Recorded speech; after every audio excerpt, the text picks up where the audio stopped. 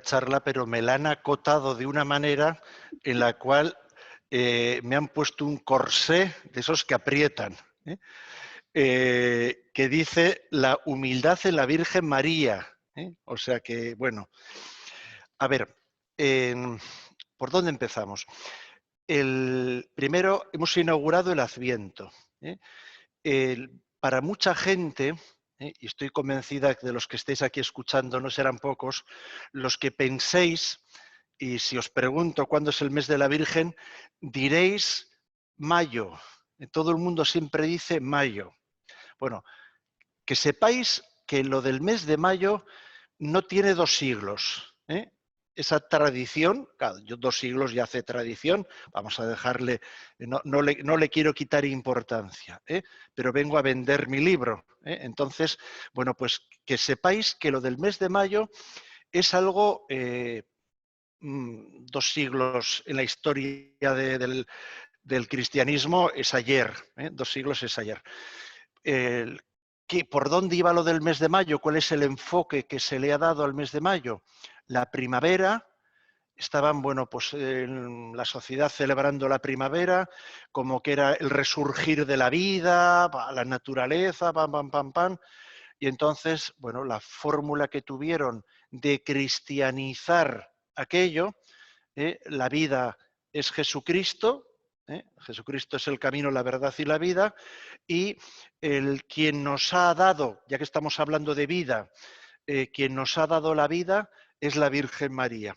Y entonces, desde ahí, el mes de mayo, ese mes de la vida que celebraban, un poco paganamente, se cristianiza y como imagen icono de la vida, quien nos ha dado a la vida y a la vida sobrenatural a través de su Hijo, es la Virgen María, pues desde ahí empezó un poco la tradición del mes de mayo. Pero ¿por qué le quito, para vender mi libro, un poco de importancia al mes de mayo? Que no deja de tener algo como la Navidad, de comerciar el Día de la Madre y no sé qué, no sé cuántos. Porque realmente el Adviento, el mes de Adviento, el tiempo de Adviento, es el mes de la Virgen. Eso es, lo vais a ir viendo, bueno, primero por lógica. O sea, si el Adviento es preparación del nacimiento de Jesús, pues buscadme otra ayuda que pueda superar a la Virgen. Nadie prepara mejor la venida de un niño que su propia madre, y entonces en el mes de Adviento nos acercamos a la Virgen a que nos ayude, espiritualmente hablando, a abrir, ensanchar el corazón, nuestra tienda, y bueno, pues que el Señor entre en él a saco. Por lo tanto, Adviento es el mes de la Virgen. No por el hecho de la Inmaculada, que es anecdótico el que esté dentro del Adviento. En la liturgia lo veréis, el cuarto domingo de Adviento, habéis visto que que hemos pasado, nos puso mirando hacia el final, igual que dejábamos el tiempo ordinario. Los 2 próximos domingos iremos de la mano de San Juan Bautista, el precursor, Adviento, el precursor, el que prepara el camino al Señor, ¿no? Y el cuarto, pues ya en esa última, sabéis que el Adviento tiene una recta final, tiene una novena, no la de la Inmaculada, sino los últimos 9 de mes, 9 días del Adviento, es una novena en sentido pleno de la palabra, con oraciones propias, con una cuenta atrás, con unas antífonas. Ahí nuestra hooligan de la liturgia de las horas, que esté atenta en esos últimos 9 días, cambia el diurnal. Hay que tener mucho cuidado, hay gente que se despista y sigue con la tercera, cuarta semana del Adviento, y ahí tenemos que irnos a esa cuenta atrás, 16, 17, 18, hasta meternos en la Nochebuena, ¿no?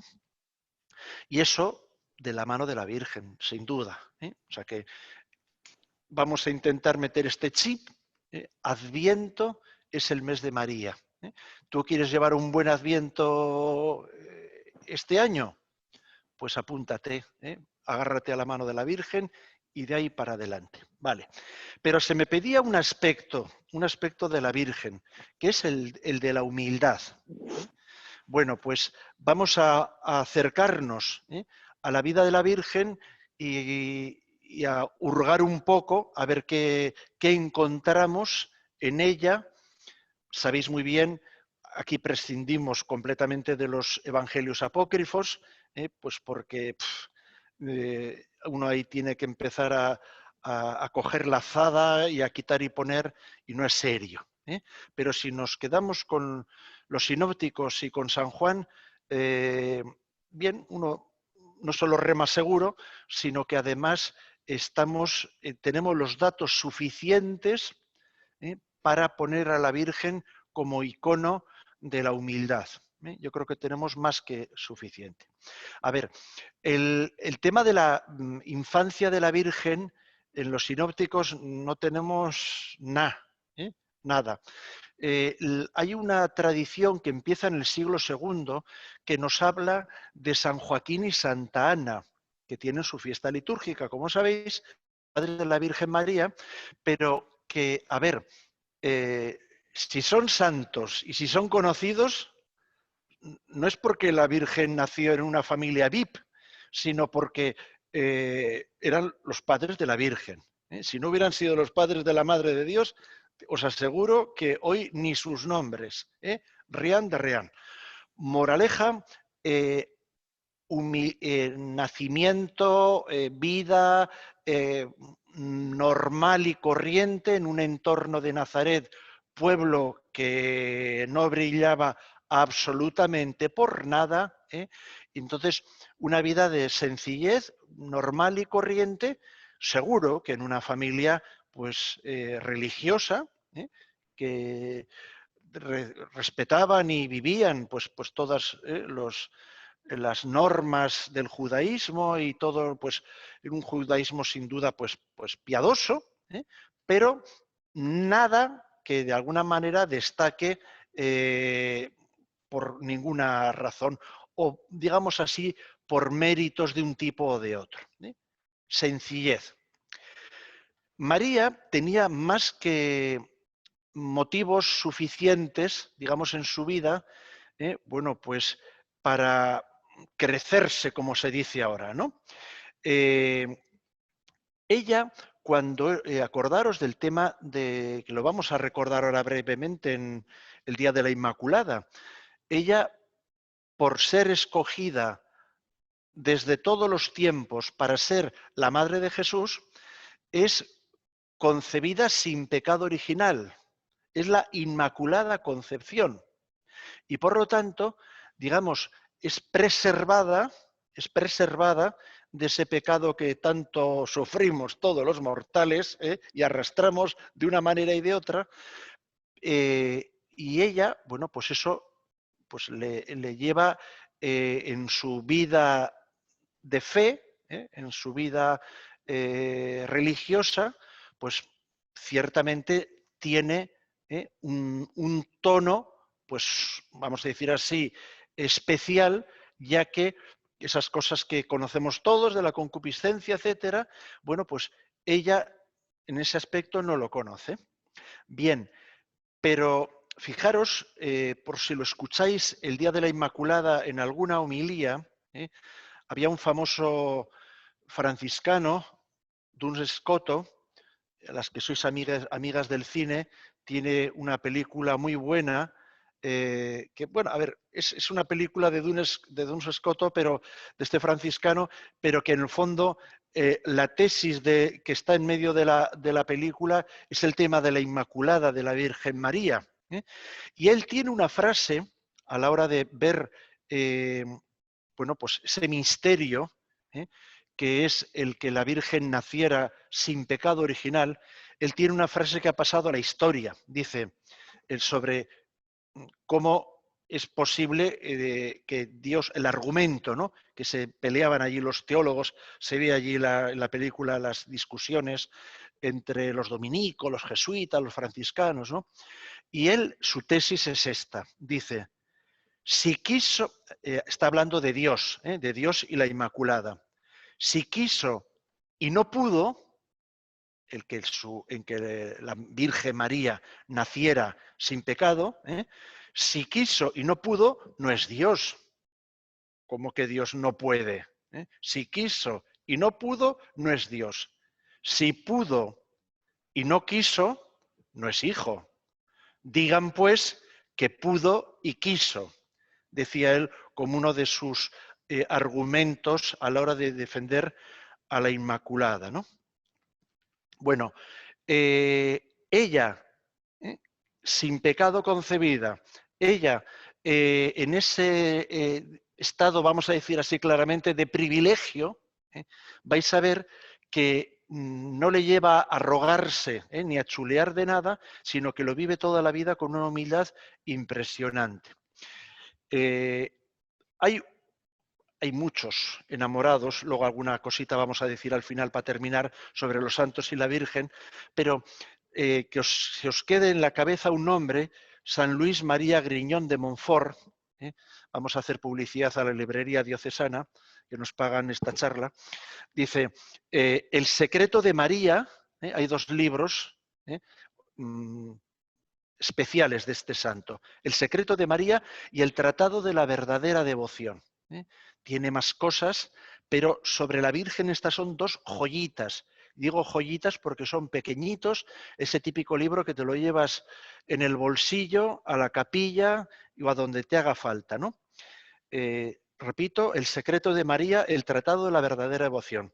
San Luis María Griñón de Montfort. Bueno, dice Griñón de Montfort, su humildad fue tan profunda que no hubo en esa tierra otro deseo más fuerte y más continuo que el de esconderse a sí misma y a todos, para ser conocida únicamente por Dios.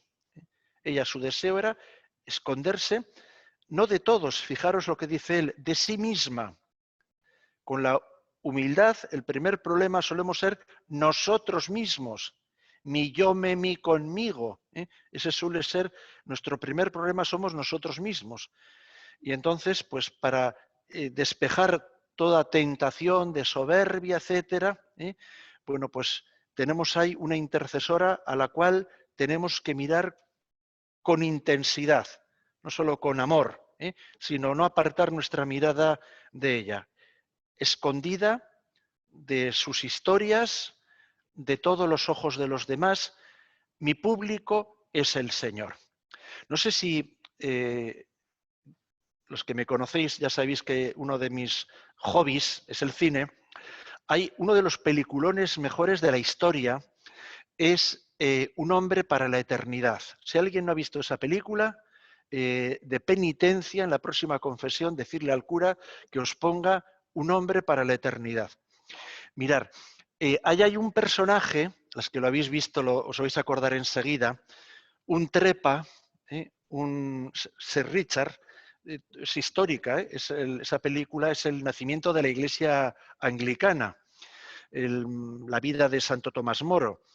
Y ese Sir Richard, cuando Tomás Moro era canciller del reino, le pide un cargo, él quería un cargo. Y al final le consigue un cargo. Y le dice, mira, serás maestro en la escuela de no sé dónde. Dice, ¿maestro? Con una cara de decepción alucinante, ¿no? Pero, maestro, ¿qué esperabas pues? ¿Y quién se va a enterar que soy maestro? Y le dice Tomás Moro, le dice, lo sabrán tus alumnos, lo sabrá Dios, que es el mejor público, ¿no? El hombre, sin darse cuenta, busca la gloria en este mundo, y bueno, pues nuestra gloria tiene que ser para Dios, y el servicio que hacemos de una manera o de otra tiene que ser al Señor, no buscando ni cargos, ni buscando enchufes, ni buscando ser más. Acordaros aquel pasaje, ¿no? ¿Puedes sentar a mis hijos a tu izquierda y a tu derecha? Si el trapicheo de las influencias va muy viejo, no os penséis que eso es un invento de nuestros políticos. La cosa es muy vieja, muy vieja. Bien, pues la humildad nos hace ponernos en nuestro sitio y aquella que podría recordarnos cuál es su sitio, la Virgen María, pues no lo utiliza ni alardea, ni mucho menos de ello, ¿no? Mirar, algunas breves pinceladas de la vida de la Virgen, ¿eh? Eh, Cuando en la infancia de la Virgen María hemos hablado de sus padres, fijaros que cuando ella recibe el saludo del ángel, en aquel primer momento, bueno, pues entre otras cosas, le comunica que su prima Isabel está embarazada. O sea, para que veáis estilos de personas, o sea, le llaman a una misión que le desconcierta, ahora lo veremos, ciertamente, pero ella con qué se queda, abraza la voluntad de Dios, pero le ha llegado por el ángel el SMS diciendo, oye, que ella necesitará ayuda ahora. Y los que habéis estado en Tierra Santa sabéis lo que supone irse a Incarén, donde solemos rezar allí el rosario, la pateada, andando, evidentemente, nosotros en autobús, en un salto solemos ir de Nazaret a Incarén, a donde estaba Isabel, pero para la Virgen, lo explican muy bien los del lugar, unos cuantos días de pateada. Bien, es el humilde es servicial. El humilde no espera que le sirvan. Señores, que voy a ser la madre del Mesías, póngase las pilas y vayamos a preparar bien esto, ¿no? O sea, eso a cualquiera que le dicen, vas a ser ministro, dice, bueno, espérate, esto hay que prepararlo, ¿no? Y no sale a ayudar al pobre de la esquina, porque se ha enterado que lo está pasando mal. Bien, son pocas las imágenes que tenemos en la Escritura de la Virgen, pero esa del servicio, acordaros de Caná de Galilea, cuando no les queda vino, o sea, que es el mirar hacia afuera, el mirar hacia afuera. No nos vamos a meter en la mirada de la Virgen, en la historia de la Pasión, otro peliculón, Mel Gibson. Vamos a centrarnos en el comienzo, en esos primeros pasos que son realmente pues, los más fuertes, sin duda alguna. A ver, momento de la Anunciación. Fijaros la reacción de la Virgen María. Le llama y llena de gracia. Y dice San Lucas, se turba, como diciendo, ¿qué me estás diciendo? Le asegura, has hallado gracia delante de Dios. Eres la encantada de Dios, dicho de otra manera, ¿no? Y ella agacha la cabeza ruborizada, como diciendo, bueno, ¿qué están diciendo aquí, no? Tu hijo será grande, será llamado Hijo del Altísimo, reinará sobre el trono de David, su reino no tendrá fin. Y a ella, ¿os imagináis? Bueno, pues he aquí la vara de Jesé, he aquí la turris ebúrnea, que decimos en las letanías del Rosario, he aquí la reina de Israel, la madre del Altísimo. Nosotros le hemos puesto títulos mogollón, ¿no? Pero ella, su respuesta, he aquí la esclava del Señor, hágase en mí, no entiendo ni torta, pero eso que dices, bueno, pues cuenta conmigo, ¿no? A partir de ese momento, bueno, pues ella como esclava, nosotros la palabra esclava la tenemos como algo lo rezamos en el Ángelus con una agilidad, ¿verdad? Que seguro que os acordaréis del escándalo de Pedro, por ejemplo, en la última cena, cuando Jesús lava los pies. ¿Dónde está ese escándalo? Es que eso era, el lavar los pies era la tarea de los esclavos. Cuando se dice la palabra esclavo, claro, aquí teniendo abolida la esclavitud, lo tenemos como algo, eso, pues piadoso, ¿no? O sea, hay que pensar en aquel contexto, ella pues quiere decir esclavo, es decir, el que no cuenta, el último de la fila, ¿no? El que se compra y vende. Bueno, no es una palabra por casualidad, o digamos curiosa de esas que podemos decir o asignar a una persona. Lo primero que hizo ella es aceptar la voluntad de Dios, aceptar ese plan del Señor y bueno, pues abandonarse confiadamente. La humildad es santo abandono. ¿Cuántas veces nos frustramos en un montón de cosas en las cuales las cosas no salen como yo había pensado? Yo tenía otro proyecto, yo pensaba otra cosa, yo tenía unos planes, ¿no? Aceptar la voluntad de Dios es humildad, es andar en la verdad. Yo pensaba aquello bien, pero está claro que no debía de ser de Dios. Yo lo que quiero es hacer la voluntad de Dios en todo momento. Hágase tu voluntad. Alguno ya cambiaríamos la frasecita, ¿verdad? Pero en la medida de que la abrazamos de verdad, cuando viene bien y cuando no viene, pues eso es vivir en verdad, vivir en humildad, que decía Santa Teresa.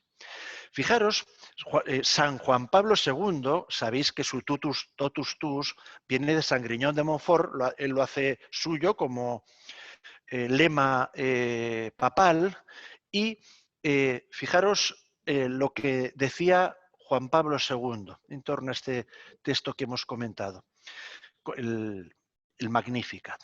Con este canto, María muestra lo que constituyó el fundamento de su santidad, su profunda humildad. Podíamos preguntarnos en qué consistía esa humildad. A este respecto, es muy significativa la turbación que le causó ese saludo del ángel. Alégrate, llena de gracia, el Señor está contigo. Ante el misterio de la gracia, ante la experiencia de una presencia particular de Dios que fijó su mirada en ella, María experimenta un impulso natural de humildad. Dice literalmente humillación.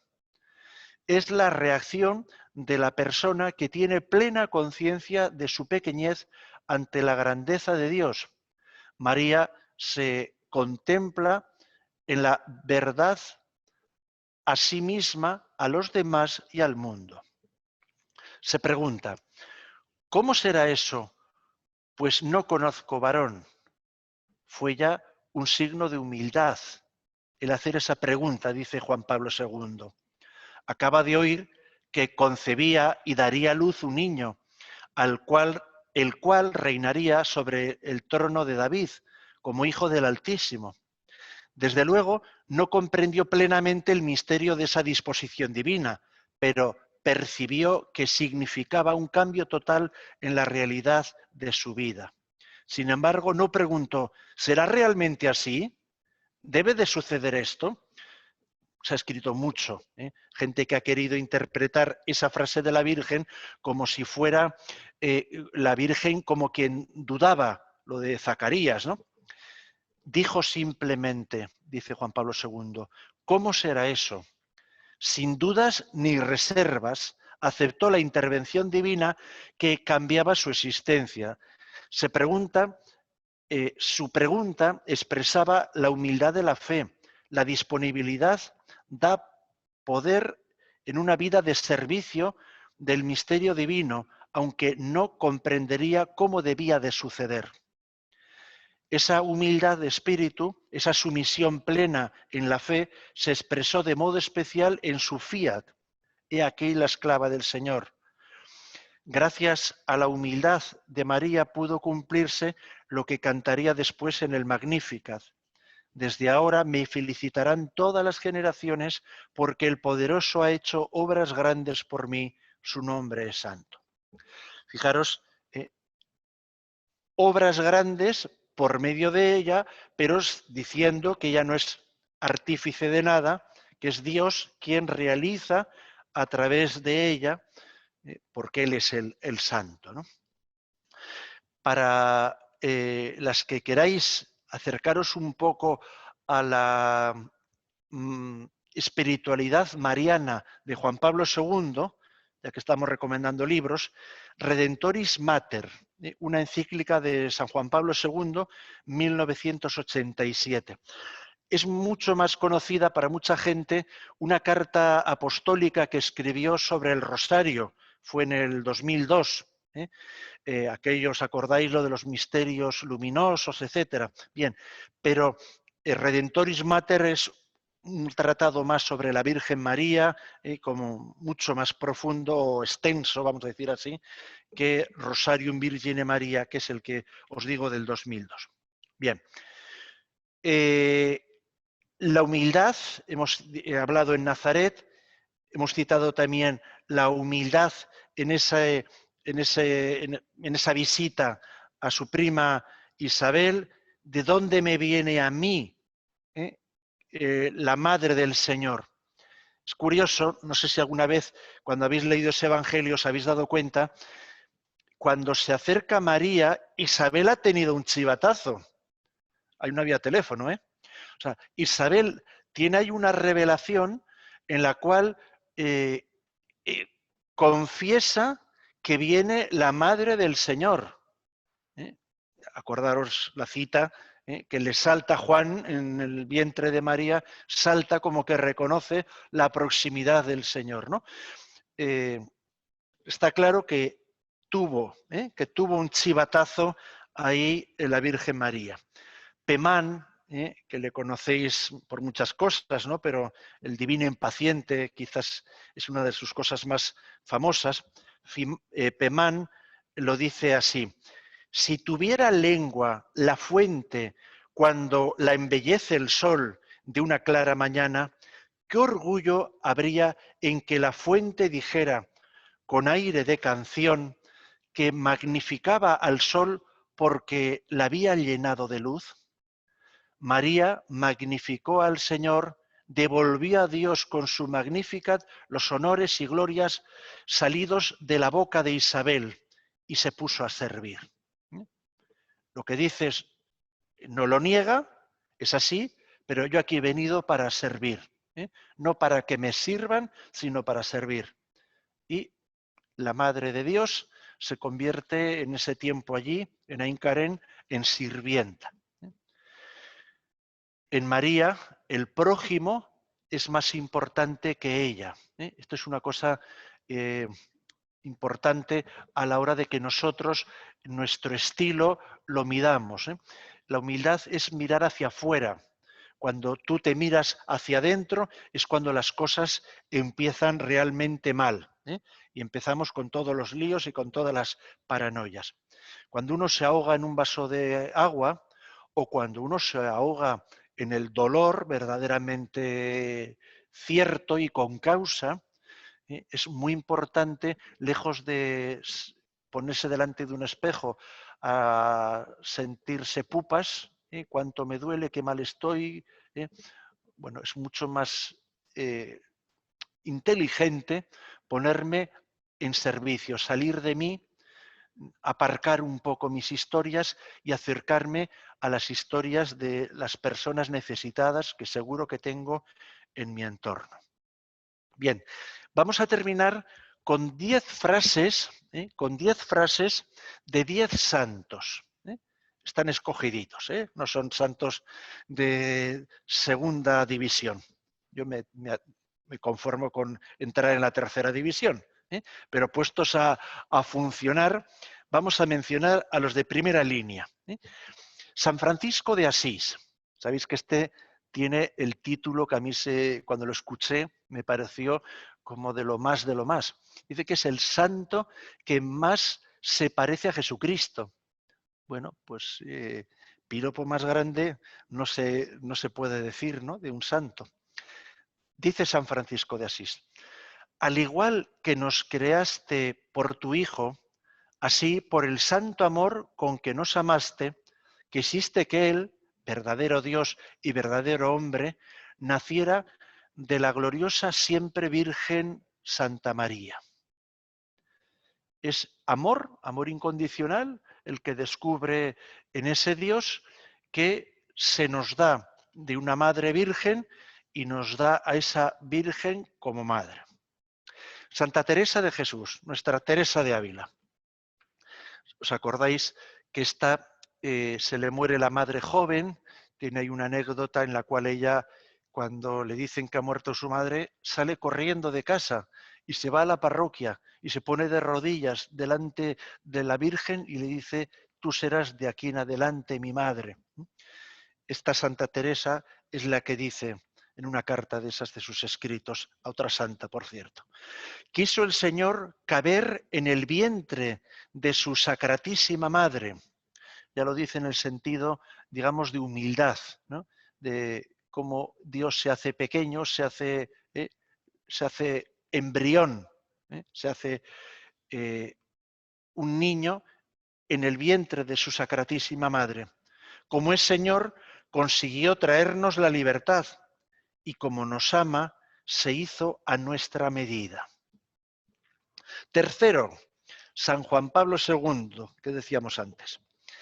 A ti, Virgen Inmaculada, predestinada por Dios sobre toda otra criatura, como abogada de gracia y modelo de santidad para su pueblo, guía tú a sus hijos en la peregrinación de la fe, haciéndolos cada vez más obedientes y fieles a la palabra de Dios.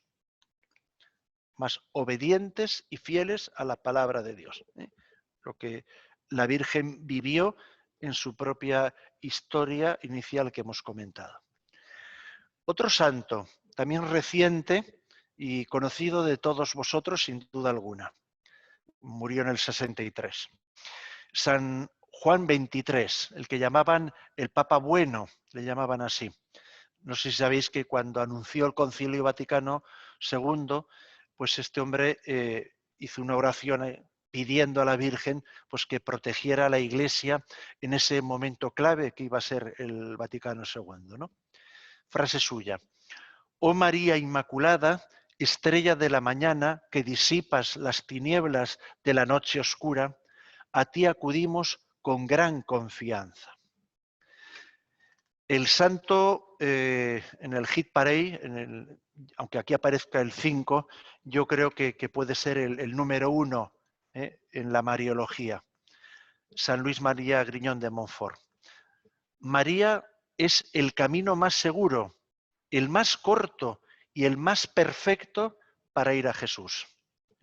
Que a veces hemos dicho autopista al cielo, ¿no? Aquella serie famosa. Bueno, pues es el camino más seguro, el más corto, el más perfecto para ir a Jesús.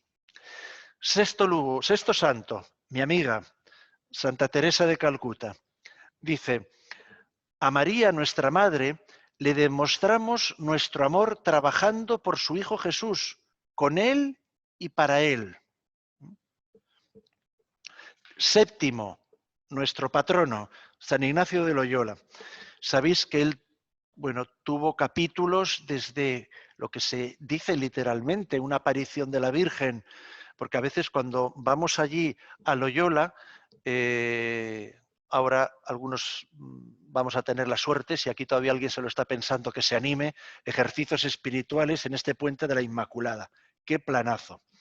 Bueno, pues en ese lugar donde vamos a estar, ahí en Loyola, hay una placa que pone: aquí se entregó a Dios Íñigo de Loyola.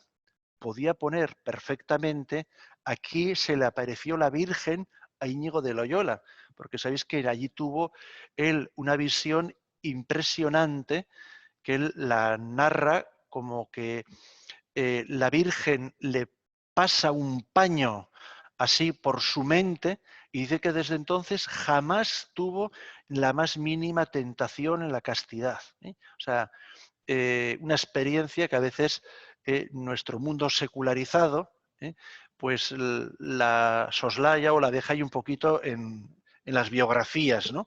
Y nos recordamos que ahí también tuvo una experiencia mariana potente San Ignacio de Loyola. Por no hablar de su experiencia y consagración en Aránzazu, o acordaros lo de Montserrat. Bien, frase de San Ignacio: por mucho que ames a María Santísima, ella te amará siempre mucho más de lo que le amas tú. Ahora barro para casa. Octavo lugar, San Juan María Vianney, el patrono de los sacerdotes.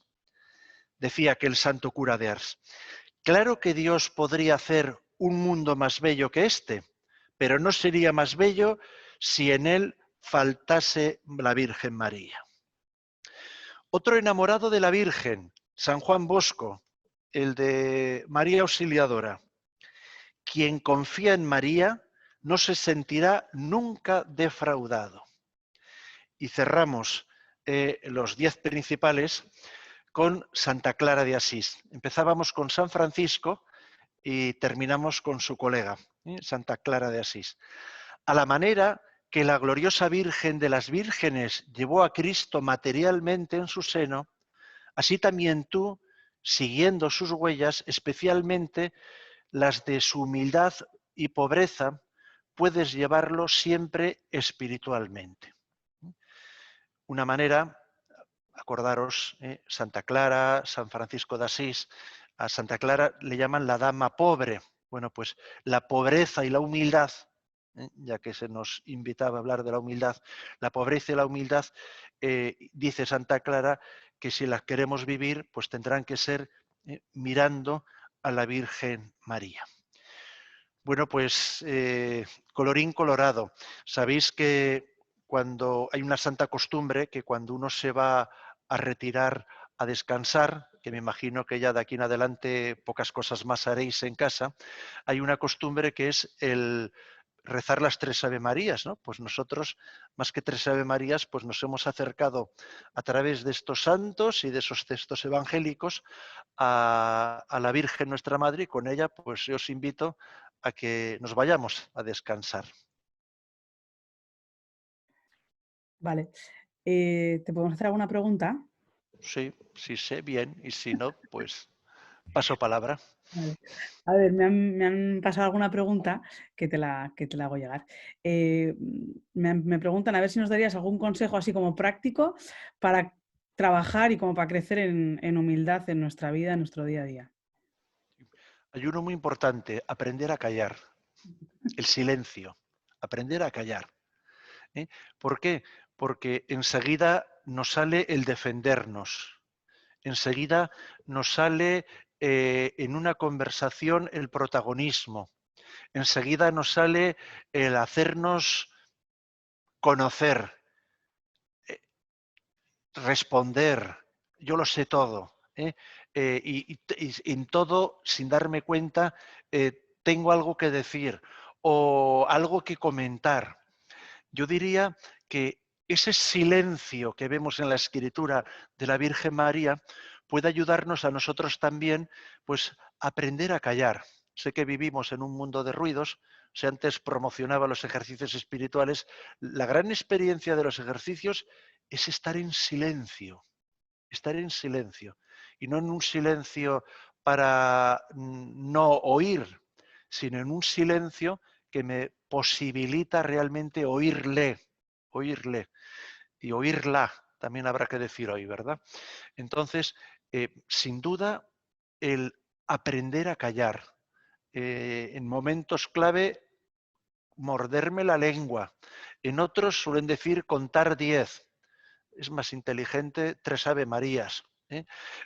Bueno, cada uno lo hace como puede, pero sin duda la recomendación, el silencio. ¿Eh? Quien calla otorga. Bueno, eh, eso suele ser, lo dice el orgulloso, para saltar y responder, y a la yugular, si es posible. ¿Te vale? Claro. Y vale, y una otra que me dicen es, a ver si también nos podías dar, también esto muy práctico, Esteban, a ver si nos podías dar algún consejo también de estrechar o como crecer en nuestra relación también con María. Bueno, el más práctico es el rosario. ¿Eh? Para aquella persona que nos esté escuchando aquí, que no tenga ese santo hábito, a mí me pone un poco nervioso, os lo digo en serio, y me diréis, o sea, la gente que lleva el rosario como amuleto, como amuleto. Y dices, hombre, mejor llevar eso que llevar no sé qué, ¿no? Sí, pero a ver, el rosario es para rezarlo. El rosario es para rezarlo.